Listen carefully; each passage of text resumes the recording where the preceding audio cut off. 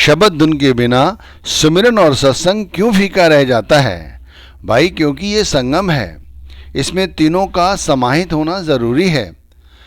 बगैर सत्संग के, बगैर नाम का सुमिरन किए कोई व्यक्ति किस तरह से शब्द धुन सुन सकता है? ये संभव ही नहीं। और बगैर शब्द धुन सुने भाई ये संगम हो नहीं पाता।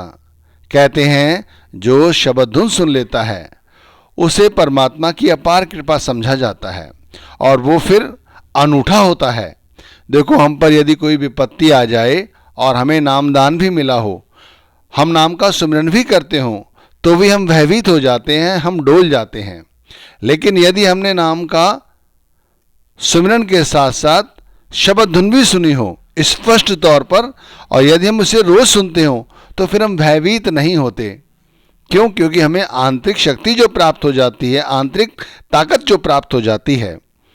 देखो, यदि रोज सत्संग सुनने के बाद भी अभी तक हमारा कुछ बना नहीं, हम उस मजमूम तक नहीं पहुंच पाए, तो भाई ये सत्संग सुनना एक कार्यवाही हुई और कुछ नहीं।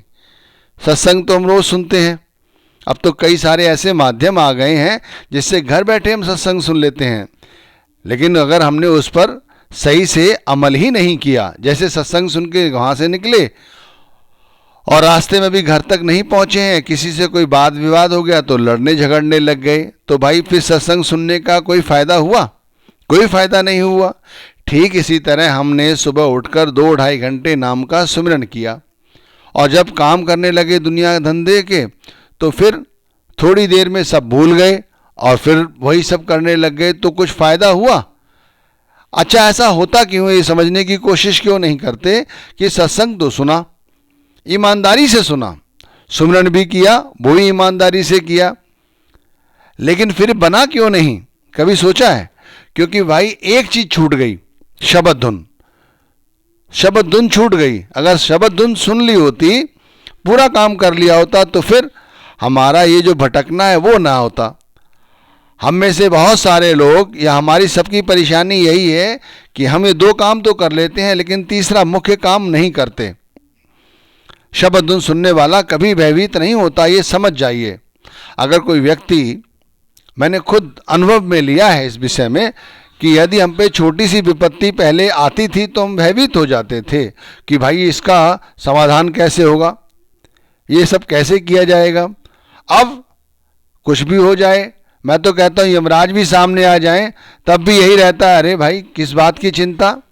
हकीकत समझ में आ गई है, सच्चाई समझ में आ गई कि सच्चाई है क्या। एक ऐसी चीज जिसे शब्द धुन कहते हैं, भाई वो शब्द धुन का स्पष्ट तौर पर सुनाई देने का मतलब है उस घर की इस निज घर में जानकारी है। बहुत ये कठिन कार्य है, लेकिन सहज उनके लिए है जो गुरु के नाम पर विश्वास करते हैं। रोज अभ्यास करना है। और क्या करना है आप समझो, पैसा कमाना कितना कठिन है, बहुत कठिन काम है, लेकिन रोज अभ्यास करते हैं और पैसा कमाने लग जाते हैं। इसमें हमें मजा नहीं आता, इसमें हमें आनंद नहीं आता।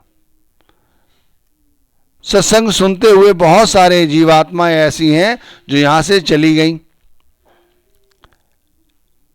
और जब उनके जाने का समय आया, यदि हमसे परिचित नहीं हो, तुम किसी ऐसे व्यक्ति को जानते हो जो तुमसे परिचित हो, उसे असाध्य रोग लग गया हो, तो उस समय, मृत्यु के समय, वो कितना भयभीत हो जाता है, डरता है। सुमिरन करने वाला भी डरता है, देख लीजिए। लेकिन वो व्यक्ति निडर हो जाता है जो शब्द धुन सुनता है। इस देही विच नाम निधान है, पाइए गुर के हेत अपार। ये कहा है तीसरी पातशाही ने, इस देही विच नाम निधान है। ये नाम निधान का मतलब समझ रहे हैं आप? नाम निधान का मतलब है ये शब्द धुन, इसे समझिए। ये गुरु की अपार कृपा से ही सुनी जा सकती है। उनकी कृपा हो चुकी है तभी तो नामदान मिला। आप समझने की कोशिश क्यों नहीं करते कि इस देही विच नाम निधान है, पाइए गुर के हेत अपार। इसी बात को उन्होंने, गुरु नानक देव जी ने भी समझाया है, देही अंदर नाम निवासी, आपे करता है अविनाशी। अपने आप स्वयं अविनाशी, इस बात का हमें एहसास दिला देता है। हमें करना सिर्फ यही है कि हम ये संगम जो हमारे अंदर है इसे पूर्ण संगम बनाएं। पूर्ण संगम। देखो भाई, इस समय भी जब मैं सत्संग फरमा रहा हूं या आपको बता रहा हूं, उस समय भी बहुत से ऐसे लोग होंगे जो बिल्कुल, जिन्हें असाध्य रोग लग चुका हो या बैठ नहीं पाते हैं, अब शब्द धुन नहीं सुन पाते हैं। वो कहते हैं अब शब्द धुन कैसे सुने, अब तो मैं बैठ नहीं पाता। तो मैं उनसे आग्रह करूंगा, अभी भी समय है, अभी भी समय है भाई। हमें विश्वास हो जाए यदि इस बात का पूरी तरह से कि शब्द धुन सब कुछ है, इसे सुनना ही है, सदगुरु हमारी जरूर संभाल करेंगे, तो भाई किसी भी आसन पे बैठ जाओ। मेरे कमेंट्स में अभी तक मैंने देखा है कि कई लोग इस बात की चर्चा करते हैं कि मेरे कमर में दर्द होता है या मेरी टांग नहीं है, तो क्या मैं इस तरह से या उस तरह से बैठकर शब्द धुन सुन सकता हूँ, सुन सकती हूँ? पहले नामदान के समय शरीर सही था, टांग सही थी, तो भाई शब्द धुन सुनने के लिए किसी भी विशेष आसन की जरूरत नहीं है। मैं आपको फिर कह रहा हूं, ये तो हमारी शरीर की जैसी स्थिति हो वैसे बैठ जाओ, लेकिन मेन मकसद है वो समझने की कोशिश करो कि हमारे अंतर में एक ज्योति है, एक प्रकाश है, एक धुन है, वो हमें सुननी है।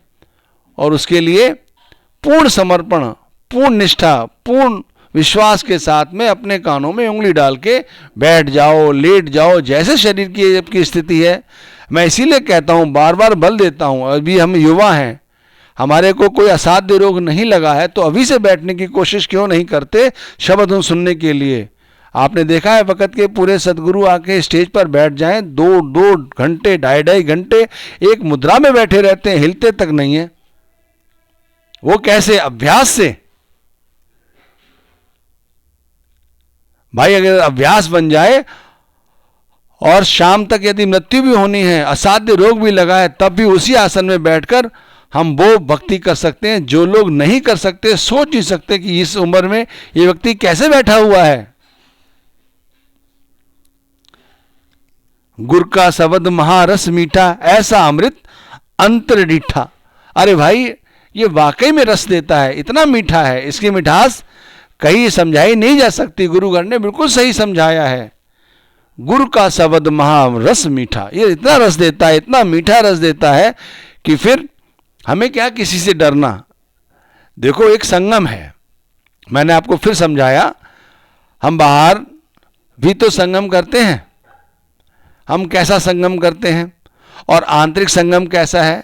हम समझते हैं कि हमने एक समय निकाल लिया, उसके अंदर गुरु का सत्संग सुनाए, कुछ और समय निकाल लिया तो गुरु घर की सेवा कराए, सुबह उठकर हमने नाम का सुमिरन कर लिया, हो गया संगम। नहीं, ये संगम जब तक पूरा नहीं होगा, जब तक कि शब्द धुन नहीं सुनी जाए। शब्द धुन सुनो तब ये संगम पूरा होगा। और जो लोग शब्द धुन सुनते हैं उन्हीं का कुछ बनता है। अब माना कोई व्यक्ति है जिसने सारे दिन मेहनत की, सारे दिन पल्लेदारी की, जब उसे पैसे देने का समय आया तब उससे कहा गया कि भाई तुमने किया क्या है बताओ, तुम्हारा काम समझ में तो आया नहीं, तो उसका सारा दिन जाया चला गया ना। तो इसी तरह हमने सारी जिंदगी सत्संग सुन लिए, सारी जिंदगी अगर हमने सुमिरन कर लिया, लेकिन हमारा ख्याल ही इकट्ठा नहीं हुआ, हमारे अंदर से मैं मेरी ही नहीं गई, तो फिर क्या फायदा हुआ? कोई फायदा निकला इसका? कोई फायदा नहीं निकला। इसीलिए फिर दोष गुरु को देते हो कि भाई वहां जाके कुछ बनता नहीं है। अरे बनने के लिए सदगुरु कभी तुमसे नहीं कहते, ये पूरे सदगुरु तो कभी नहीं कहते कि तुम ऐसा करो तो तुम्हारे घर में बच्चे पैदा हो जाएंगे, लड़के पैदा हो जाएंगे, तुम्हारे कारोबार जो बंद है वो चलना शुरू हो जाएगा। भाई जब हम भजन बंदगी करते हैं तो कहते हैं परमात्मा खुद हमारी नियत पहचानता है, जिनकी रही भावना जैसी प्रभु देखी तिन मूरत तैसी। हमारी भावनाओं को पहचान कर हमारे को वो सब कुछ देते हैं। लेकिन शब्द धुन जो हम भूल बैठे हैं वो नहीं भूलनी चाहिए। हर मंदिर में नाम निधान है, ना बूझे मुगद गवार। अमरदास महाराज जी ने कहा है, कोई गवार है, मुगद है, वो चीज इसको क्या जाने, वो उस चीज को नहीं जान सकते। हरि मंदिर में नाम निधान है। ये हरि का जो मंदिर है, हमारा जो शरीर है, इसमें नाम निधान है। हर जगह नाम की ही चर्चा की जा रही है, देख लो, और कुछ नहीं। ये नाम, ये शब्द है, इस शब्द के अंदर जो धुन है वही सब कुछ है, इसी को सुनना है। इसी सुनने के साथ ही हमारा फैला हुआ ख्याल सिमटता है, हमें अपनी समझ आती है। धुन सुनकर मन समझाई, कोट जतन से ये नहीं माने। अब बताओ यहां भी किस तरह समझाया गया है। धुन सुनकर मन समझाई, फैला हुआ ख्याल अपने आप ऑटोमेटिक इकट्ठा होने लग जाता है। बारीकी से बारीकी तरीके से समझाने का प्रयास करता हूं जिससे कि समझ आ जाए, माँ बहन भाई बच्चे जो भी हैं समझ सकें, समझें। केवल शब्द धुन ही एक ऐसा जरिया है जो हमें यहां से मुक्ति दिला सकता है, और कुछ नहीं। सुमिरन करने की हमें कुदरती आदत है, हम नाम का सुमिरन करते रहते हैं, गुरु का सुमिरन करते रहते हैं, उनकी कथाओं का सुमिरन करते रहते हैं, मुबारक है। लेकिन यदि उस पर अमल करोगे, यानी शब्द धुन सुनोगे, तो फिर जिंदगानी और जीवनी आपकी बदलेगी, कार्य व्यवहार आपका बदलेगा। जैसे माना आपने ज्ञान तो अर्जित कर लिया सत्संग सुनकर, लेकिन जब आपकी किसी से बहस मुवासा हुई, कुछ कहा सुनी हुई, तो आपने उस पर सारा क्रोध उड़ेल दिया, तो कोई फायदा हुआ नहीं। यहीं पर ही आपको सोची होती कि ये जो आपने ज्ञान अर्जित किया था उसका फिर आपने सुमिरन किया और फैले हुए ख्याल को इकट्ठा किया, आपको शब्द धुन सुनाई देने लगी। फिर आपका किसी के साथ वाद विवाद हो रहा है, यदि आपके सामने एक शेर ही खड़ा है जो आपको खा लेगा, चारों ओर कोई बचाने वाला भी नहीं है, उस समय आप क्या कहेंगे? आप यही कहेंगे, जो शब्द धुन सुनता है उसके सामने यदि यमराज खड़ा है या शेर खड़ा है या कुछ और है, तो फिर यही कहेगा, देखो प्रभु की ये रजा थी, ये रजा है उनकी। ये सामने जो है, जो काल रूप में खड़ा है, उसके अंदर भी आप उस दयाल को देखने की कोशिश करेंगे। ये सोझी शब्द ध्वनि प्रदान कर सकती है, ये सोझी शब्द ध्वनि हमें देती है, और कोई नहीं। संगम करना है तो पूरा करो, सत्संग सुनना है मुबारक है, रोज सत्संग सुनो, लेकिन उन्हें अमली जामा पहनाओ। सुमिरन करते हो मुबारक है, बहुत बहुत मुबारक है, हमें यही करना है, लेकिन फैले हुए ख्याल के साथ नहीं, सूरत के साथ नाम का सुमिरन करो। फिर शब्द धुन सुनो, जरूर शब्द धुन सुनने की प्रैक्टिस करो। जिस आयु में हो कोई बात नहीं, कोई असाध्य रोग लग चुका है कोई बात नहीं, जो समय है उसी समय में शब्द धुन सुनने की कोशिश करो। अपने गुरु के नाम का प्रचार कर रहा हूँ, शब्द धुन सुनने की चर्चा कर रहा हूँ, मैं भी गुरु की सेवा कर रहा हूँ भाई, मैं भी शब्द धुन सुनता हूँ, मुझे भी शब्द धुन सुनाई देती है, मैं भी इसीलिए कहता हूँ इसे सुनो, तो देखो क्या कुछ नहीं बनेगा, क्या कुछ नहीं मिलेगा। बोली में भी आपके, जीवनी में भी आपके, घर परिवार में भी आपके, समाज में भी आपके। आपको खुद लगेगा कि हमारा तो जीवन ही बदल गया, इसके लिए क्या खर्च करना पड़ा, क्या रुपया लगा, कहाँ जाना पड़ा, क्या मेहनत करनी पड़ी, कुछ नहीं। केवल नाम का सुमिरन करना है, नाम का सुमिरन करना है, उसके बाद भजन करना है। भजन की बैठक बढ़ाते चले जाओ, 2-2 घंटे 2.5 घंटे भजन करने की कोशिश करो। फिर चाहे कितना ही माया नगरी में बाहरी तौर पर कौतूहल होता रहे, कोई फर्क नहीं पड़ता, बगैर कानों में उंगली डाले हुए भी शब्द धुन सुनाई देती है। ये बात सच है, समझ जाइए, बगैर कानों में उंगली डाले हुए भी ये शब्द धुन सुनाई देती है। और एक बार सुनाई देती है फिर हमेशा सुनाई देती है। कोई कहते हैं आई थी फिर बंद हो गई, अरे भाई बंद क्यों हो गई? ध्यान देना बंद कर दिया इसलिए बंद हो गई। बंद नहीं हो सकती, वो तो बंद जब ही होगी जब हम यहां नहीं होंगे, इस शरीर से आत्मा चली जाएगी तभी बंद होगी, बंद हो ही नहीं सकती। सच्चे हृदय से गुरु का ध्यान करो।